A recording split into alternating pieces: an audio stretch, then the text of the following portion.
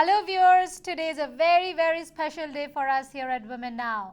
Well, I think sometimes the best things are found most unexpectedly. Yes, and not on an unexpectedly note, but we have an inspirational story about a very inspiring couple, Victor and Karo. I had the honor to meet them. Yes, lucky you. And then, you're running a show, you're running a company, really.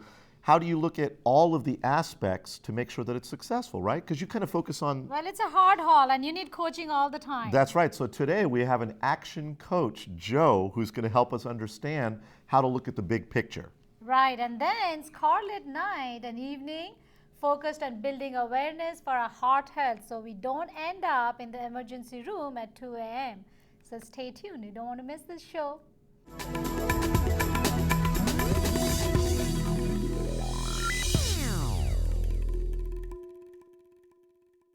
We are here at Palo Alto at the house of Victor and Karo, a very, very special couple. Victor and Karo, welcome to WomenNow. Thank you. Welcome. Thank you. Let's start talking about your life. You are very artistic. You have an album here, and Karo designed this album for you. It's a musical. Tell me, you're an engineer too. Tell me about your life. I didn't have a long life yet, but I grew up in Ukraine, in Eastern Europe, and Karo and I ended up together at the international program, the exchange program for students from different countries. That's where we met in Philadelphia, and then we traveled. We actually then started also in Philadelphia. I got my computer science degree, and then we traveled together in the countries of Southeast Asia, teaching computers to people, different audiences. And then we came back, worked here in DC again, and then I now work for Yahoo.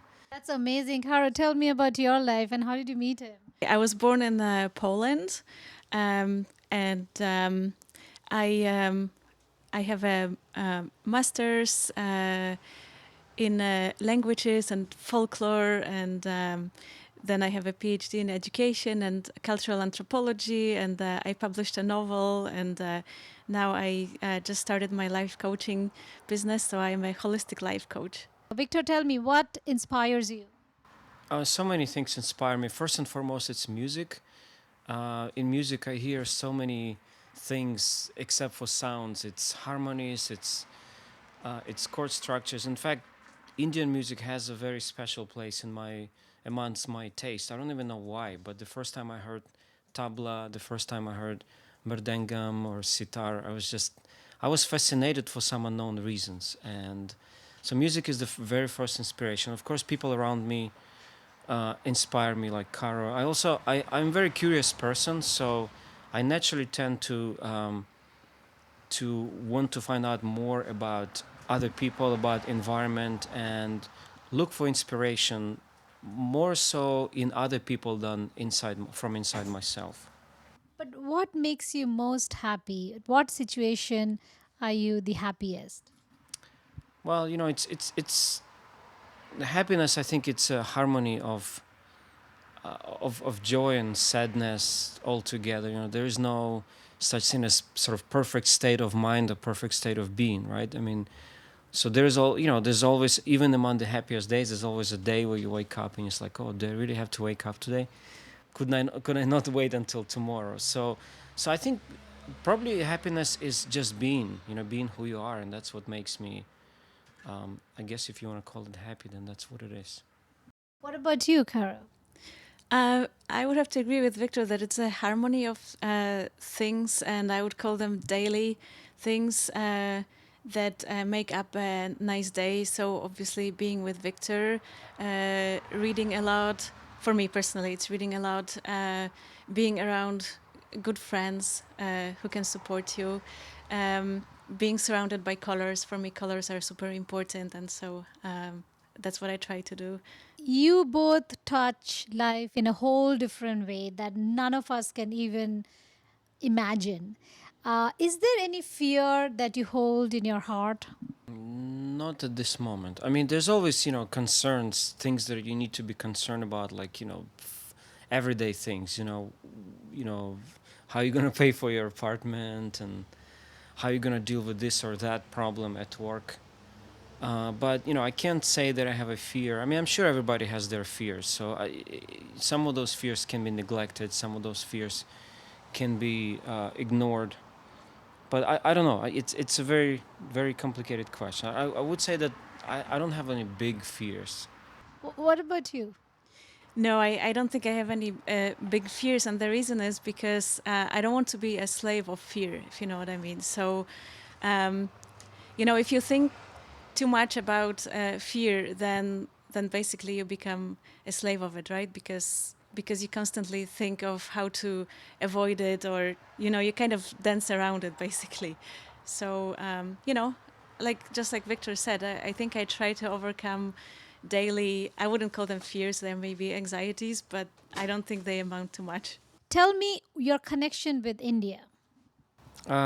So for me, the connection, I don't exactly remember the first encounter, but I certainly remember when we were studying at Temple University in Philadelphia. Karo introduced me to this very spicy food that I never tried before. And I was like, oh my God, how can you eat something like that? There was a truck on campus, and everyone was selling there like French fries and blah, blah, blah. And then we went to this truck and they were selling this strange spicy food. So there was very first encounter with Indian culture through food. And then because I was taking also music theory classes, I had a chance to learn more about Indian classic music as one of the musics of the world, because we were studying music from different countries. So there was another thing. And then of course the other point where I came in touch with Indian culture was when we traveled for work. For my work, we went to Bangalore and Kerala together to teach and things like that. So that's pretty much. I think Indian culture stays pretty close to us. Like I said, through food and music primarily. Well, what has been your experience with India? Yeah, we keep joking that maybe we were born in India in our previous lives, because we both love Indian food, and I actually cook quite a lot of Indian food at home. And let's see, my connection to India is also, well, actually the first time I came to India, I was really fascinated by colors and color combinations and the burst of color you see everywhere. I mean, women wear those beautiful saris and tunics, and they are not afraid to wear bright colors, which is great. Well, my closest connection to India is actually with with teaching.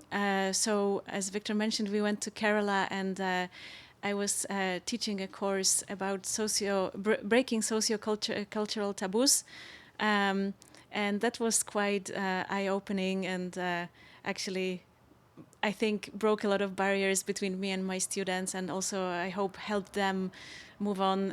They came from different cultures, different countries from all around the world, and so, yeah, helping them move on was quite a groundbreaking experience for me. I think I'll never forget that.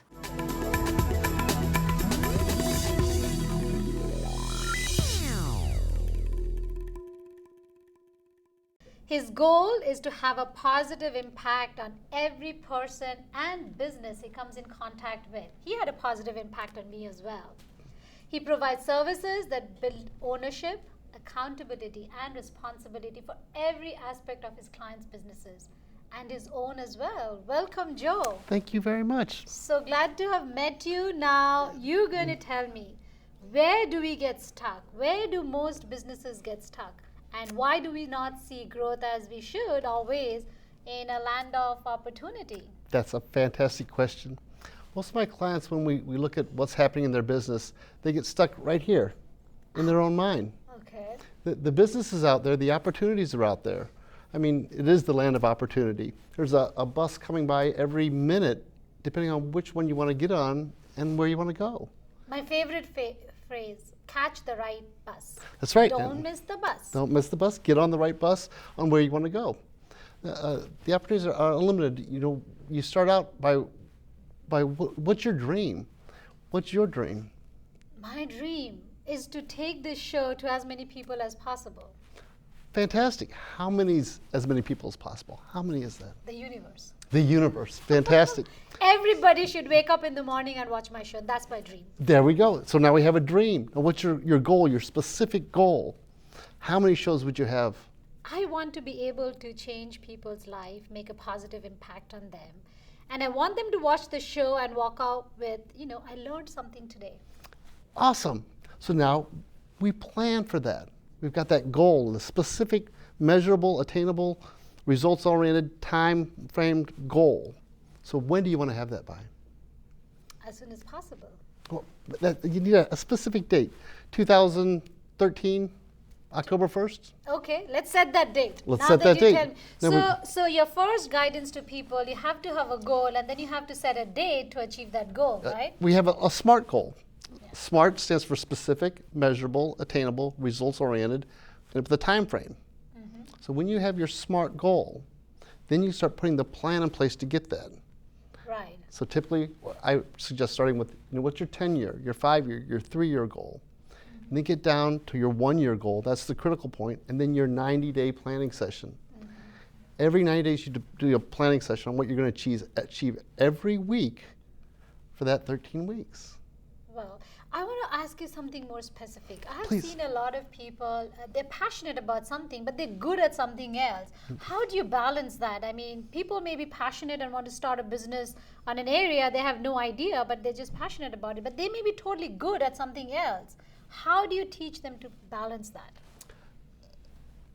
If you're passionate about something, you're probably going to be good at it. Okay. Okay? There's training, there's skills that you can develop. But typically when you're passionate about something, you're going to be good at it. Follow your passion, everything else will work. If you love something, you want to do it, go do it. Well, it's not the other way around. That means if you like doing something and you're not passionate about it, you shouldn't be doing it. But if you're passionate about something but you don't you're not good at it, you should be still following that dream, right? You should be following your passion. I see so That's many. the most important thing. That is. I see so many people in business, in having their job. They go into work every day, and it's like, oh, it's painful. How can you why be like that? Follow your dreams. Right. Dream the big dream. Plan it out and go for it. Now tell me this. I mean, we want to talk about women in particular. I mean, it's very hard for them to, balance their work life and their home life and the kids and all of that. Is this the right time to just start business and become their own boss? Because that's what we want to learn from you. And how does one change their passion into a reality? Today is absolutely the right day. Start today. Don't delay, don't wait. Go and start today. The tools and resources that are available are phenomenal. I mean, for women today, there's so many opportunities. I just had 2 clients this morning that came in and we talked about how do I balance this and this. You can balance it if you know the tools to use. In your calendar, break things out into chunks, chunk it down so that, yes, you want to spend time with the kids, but you also want to do your sales plan and your marketing plan and your operations. Get into the business. Get moving. The sooner you get moving. How do we access those resources? First, start with your business plan. If you haven't gotten a business plan, give me a call, send me an email, get on the internet. There's 1,000 templates out there for business plans. Get your business plan developed, put your plan in place, and then look at funding. How do you need to fund it? There's grants out there. There's, especially for women in today's world, there's more business grants than you can imagine. There's millions and millions and millions of dollars of money out there that you don't have to pay back to start your business. Oh, really? Yes. Interesting. It is. I'm going to have you help me find those grants. There are grants. There's funding available. The money's out there if you want to go find it. There's no reason to stop. Start now. No, when you say there are businesses specifically for women, Yes. women-owned businesses or businesses that are services to women. For women-owned businesses. Okay. Okay, that's what I focus on as business owners. You want your own business. Start Right. thinking like you are CEO of yourself, right? That's where you start is you are CEO of yourself. Right. You take ownership, accountability, and responsibility for everything that happens to you. You're on the right track. Now, psychologically, we feel that, the economy is not good. We start something on our own. Maybe it wouldn't fly. maybe we should take up a job right now and have a paycheck at the end of the month. I mean, how do you break those barriers? How do you break someone's mindset? It's not easy, and the person has to break it themselves, but we can help. If you wait for the right time, that'll be never. Today, right now, is the right time to act.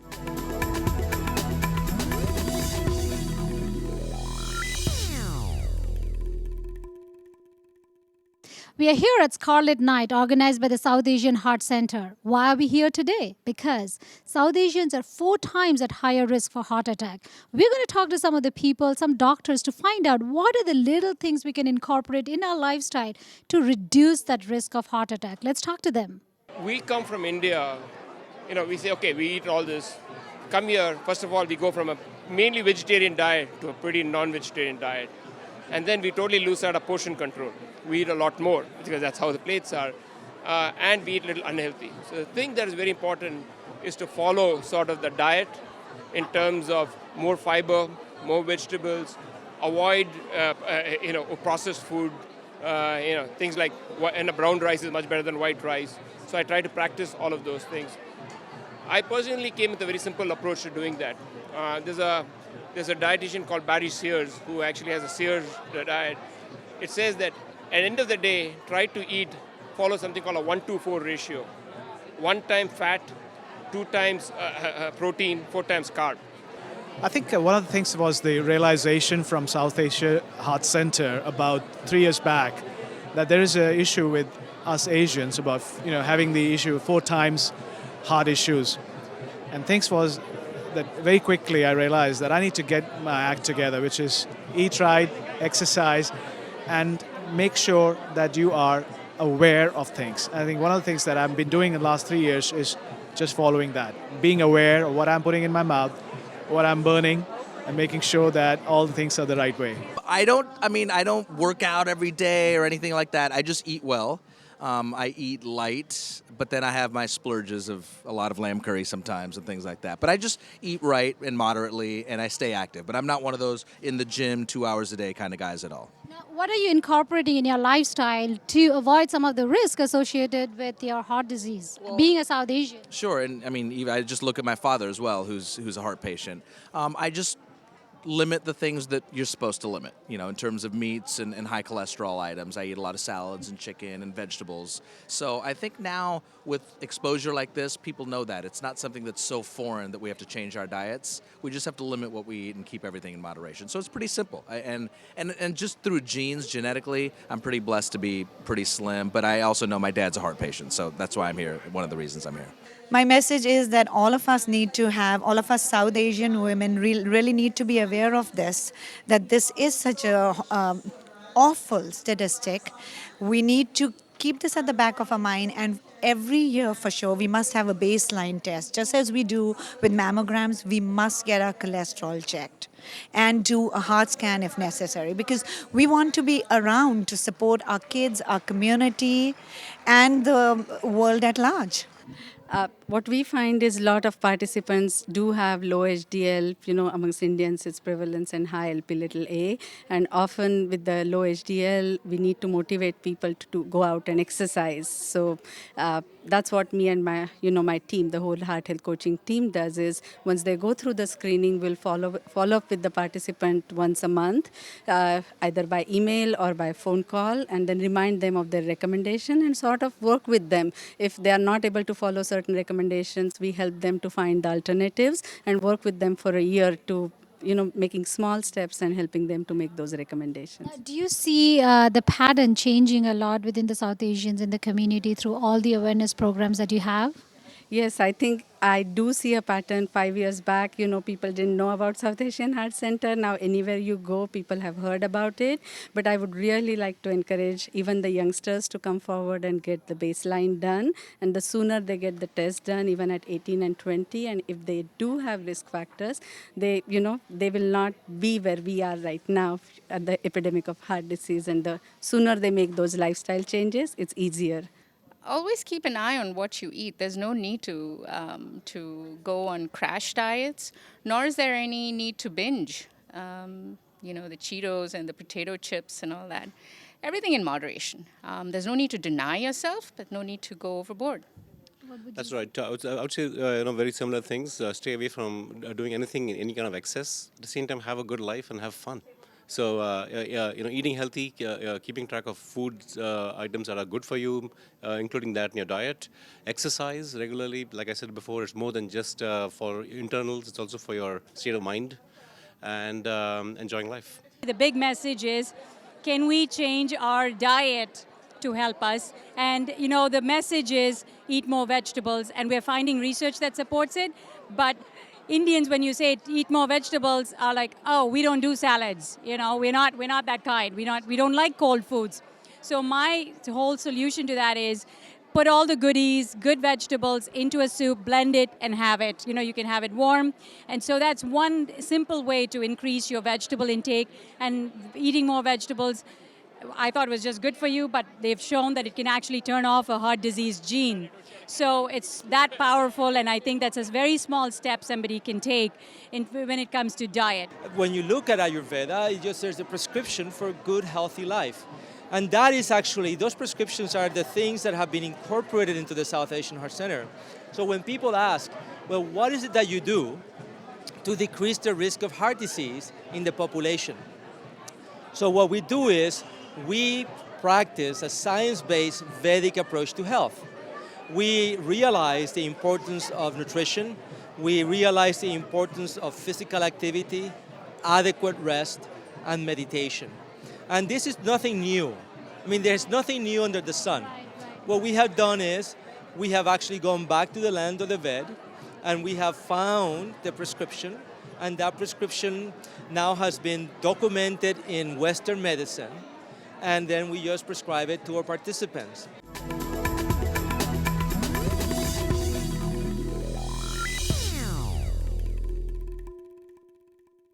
On the way down here to the studio today, I actually saw a BMW that had a license plate frame that said, "He who dies with the most toys wins." So is that how you? No, I'm not joking. Is that how you measure success? Well, I don't think so. Well, I think success is not what you have, but who you are.